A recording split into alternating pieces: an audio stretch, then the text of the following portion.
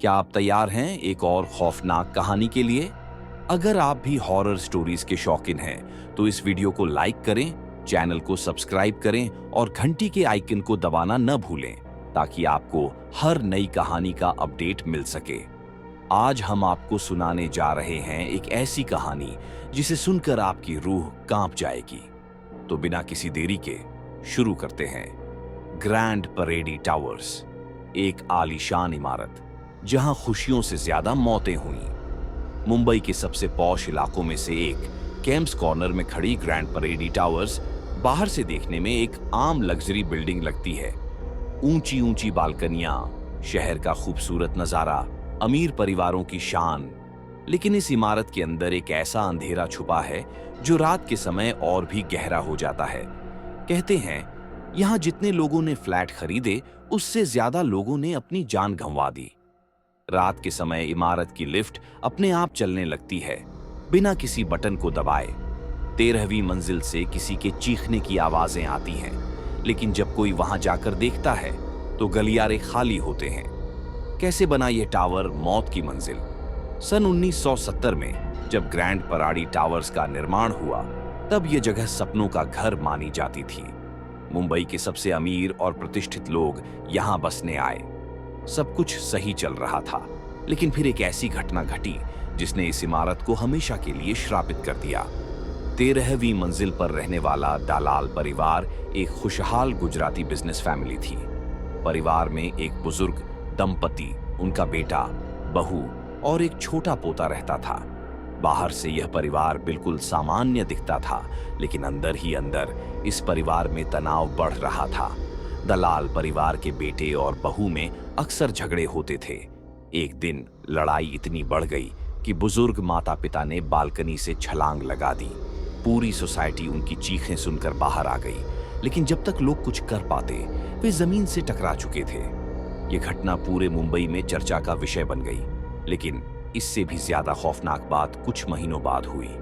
एक रात दलाल दंपति के बेटे और बहू ने भी ठीक उसी बालकनी से कूदकर जान दे दी। लोग इस इत्तेफाक से दहशत में आ गए। क्या यह महज एक संयोग था या कुछ और? जो लोग इस फ्लैट में रहने आए, उन्हें अजीब अनुभव हुए। रात के समय किसी के चलने की आवाजें, बाथरूम में अपने आप चलने वाला पानी, दरवाजों का अपने आप खुलना और बंद होना, ऐसे कई डरावने वाकये सामने आने लगे। कुछ समय बाद दलाल परिवार के पोते की परवरिश करने के लिए रिश्तेदार इस घर में रहने आए, लेकिन उनके आते ही बच्चे का व्यवहार अजीब होने लगा।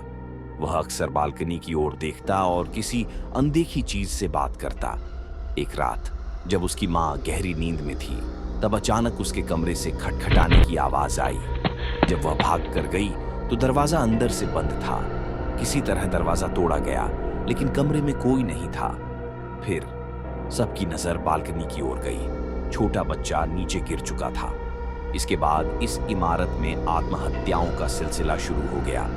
कोई अपने परिवार को छोड़कर चला जाता, तो कोई बुरी ताकतों के वश में आकर अपनी जान ले लेता।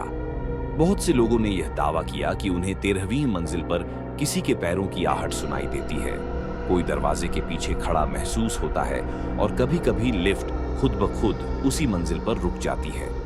जो भी इस फ्लैट में रहने आया, उसे बुरे सपने आने लगे। किसी ने रात में बेड के पास किसी अनजान साए को खड़े देखा, तो किसी ने आईने में अपने पीछे एक परछाई महसूस की। क्या सच में श्रापित है ग्रैंड परेडी टावर्स?